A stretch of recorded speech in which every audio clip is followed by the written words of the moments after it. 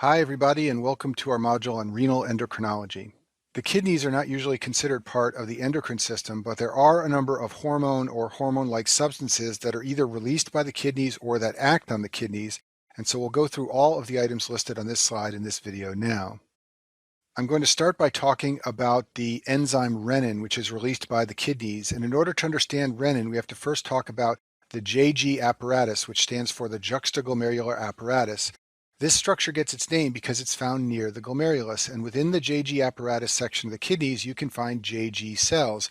These are modified smooth muscle cells of the afferent arteriole, and these are the cells that synthesize and secrete renin. Also within the JG apparatus, you can find the macula densa. This is part of the distal convoluted tubule, and as we'll see in a minute, the macula densa is important for triggering the release of renin. Here's a drawing of the glomerulus. This is the afferent arteriole where blood comes in. This is the efferent arteriole where blood exits the glomerulus.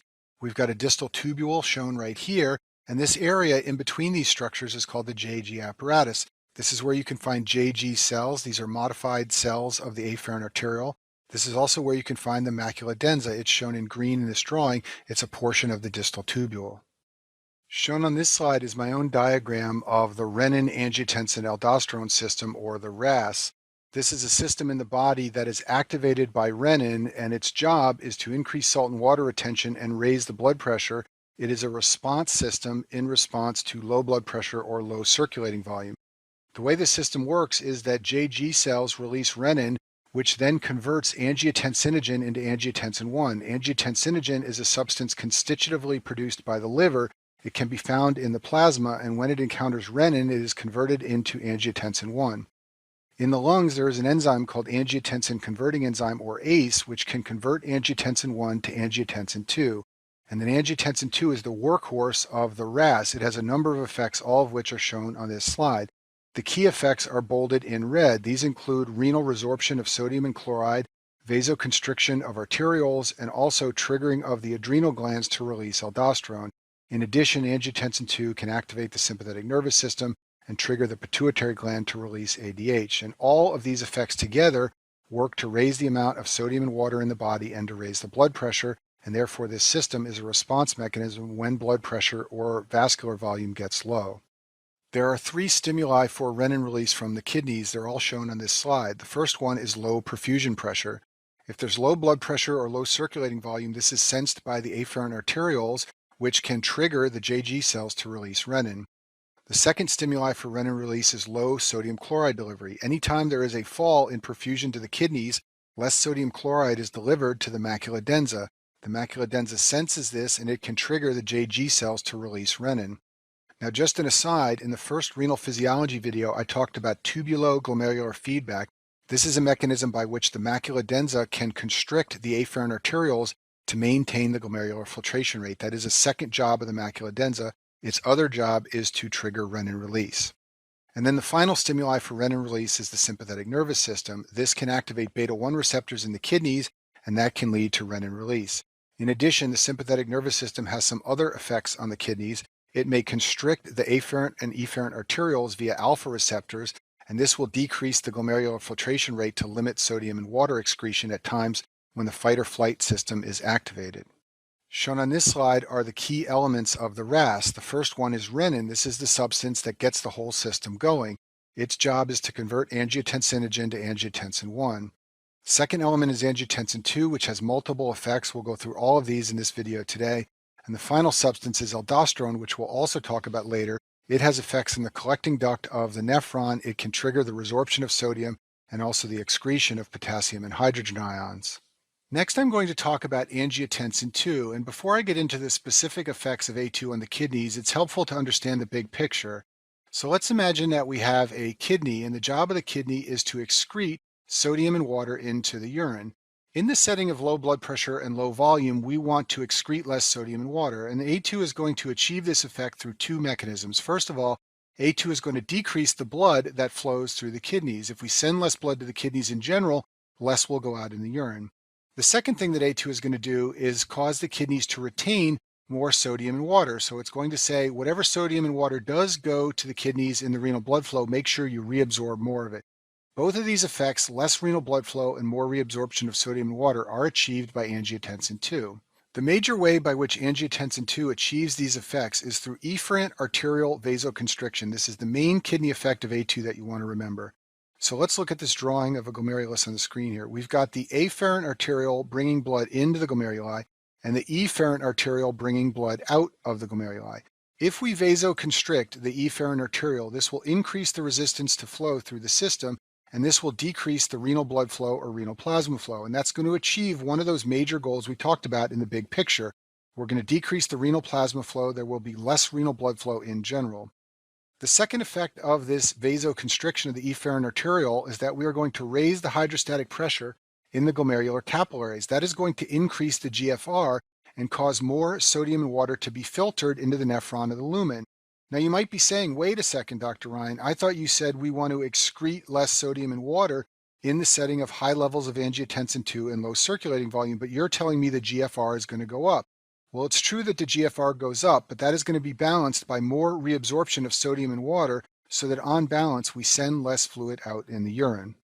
So even though angiotensin II increases the GFR, it does not increase the amount of sodium and water that go out in the urine, and that's because coupled with this rise in GFR, angiotensin II promotes more sodium and water reabsorption so that on balance, we send less sodium and water out in the urine.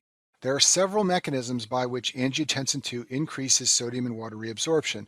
The first one is through increased proximal tubule reabsorption via something called the capillary effect, which I'll explain on the next slide.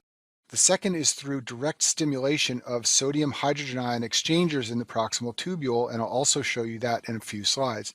And then finally, angiotensin II stimulates aldosterone release, and one of aldosterone's roles is to promote sodium retention, so this also leads to more salt and water retention.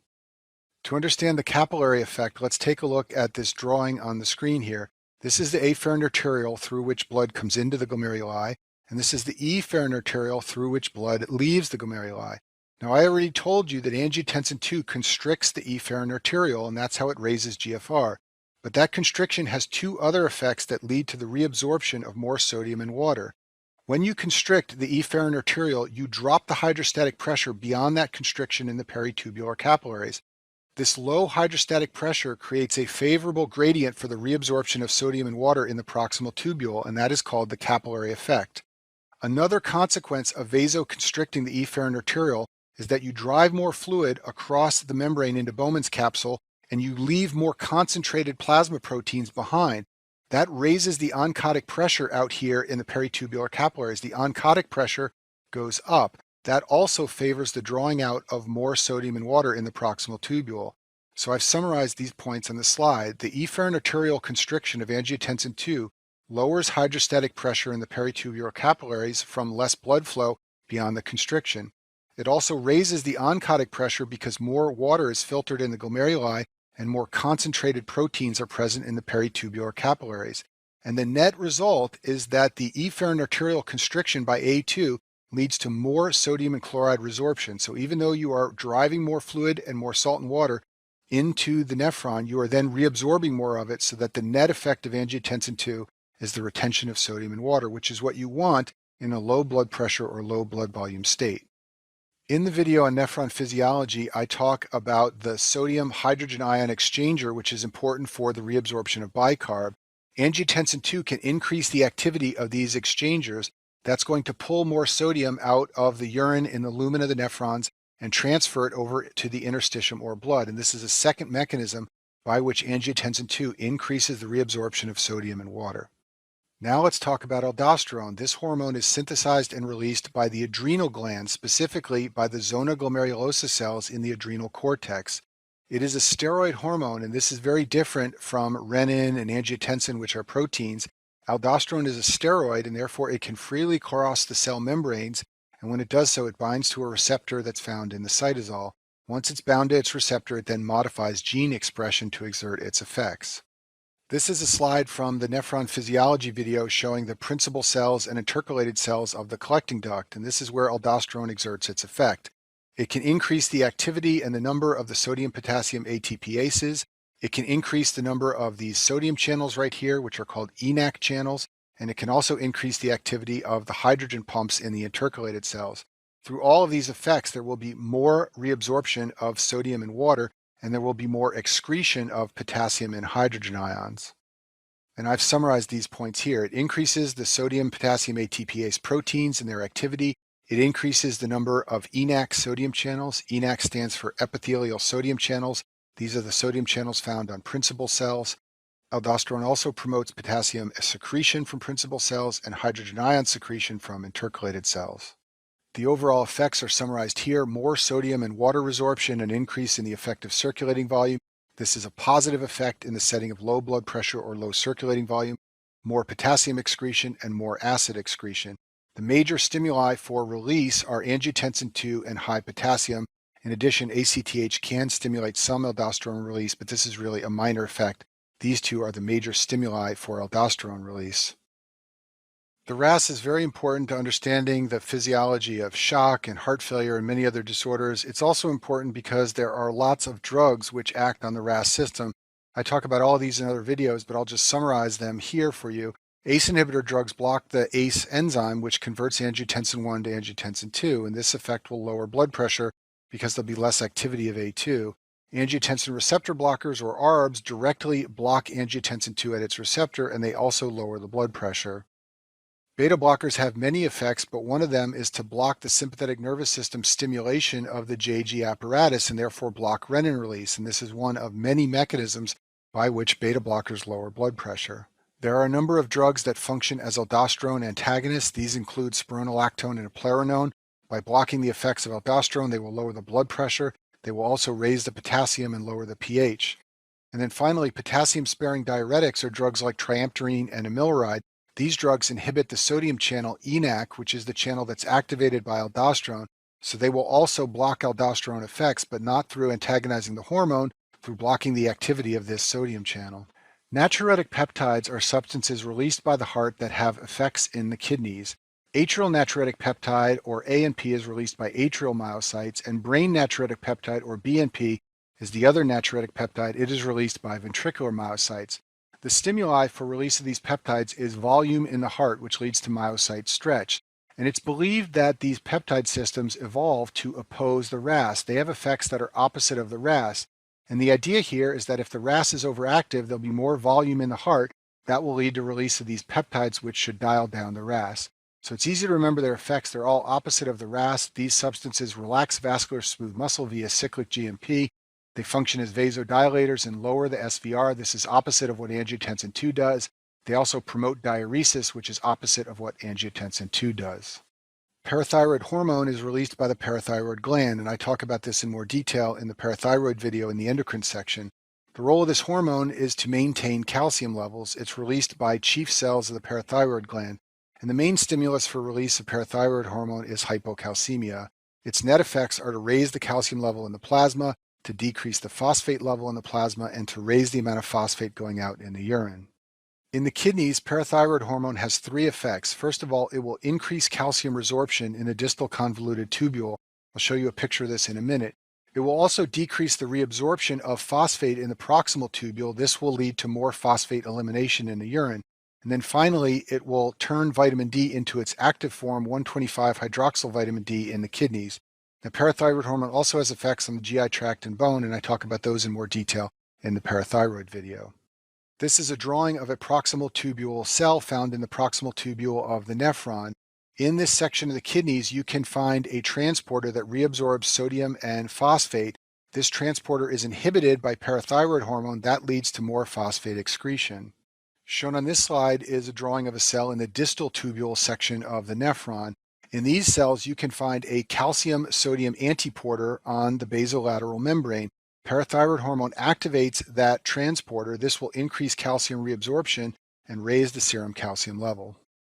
And then finally, one of the roles of the proximal tubule is to convert vitamin D to its active form. I talk about vitamin D in much more detail in the biochemistry section in the videos on vitamins, but just to focus on the nephron's role in vitamin D metabolism, in the proximal tubule, there's an enzyme called 1-alpha hydroxylase. It converts vitamin D from its 25-OH form to the active 125-OH2 form, and this enzyme is activated by parathyroid hormone. That's another effect of parathyroid hormone on the kidneys.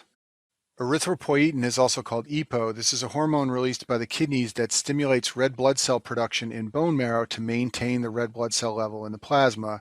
EPO is made by interstitial cells of the peritubular capillary, and it is released in response to hypoxia. And one of the consequences of the fact that the kidneys make EPO is that there's poor EPO production in renal failure, and that's why patients with chronic kidney disease often develop a normocytic anemia. They are underproducing EPO. I'll finish by mentioning dopamine. Dopamine is synthesized by proximal tubular cells, and at high dosages, as you may know, it's a vasoconstrictor and an inotrope, but at low dosages in the kidneys, it actually can activate dopamine receptors and dilate afferent and efferent arterioles. This will increase the renal plasma flow because you are dilating the afferent and efferent arterioles and allowing more blood to flow through the kidneys. Usually there's relatively little change in the GFR. However, on balance, dopamine can slightly promote sodium and water excretion, and it's considered a natriuretic. It's unclear if there's any physiologic significance of this, and in the past, people would sometimes try to administer low-dose dopamine to patients to improve renal blood flow, but it turns out this didn't help kidney function much at all, and it's generally not done anymore in the modern era. But you should be aware for your board exams that dopamine is synthesized in the proximal tubule, and then at low dosages and low amounts, it can have an effect of dilating the afferent and efferent arterioles. And that concludes our video on renal endocrinology.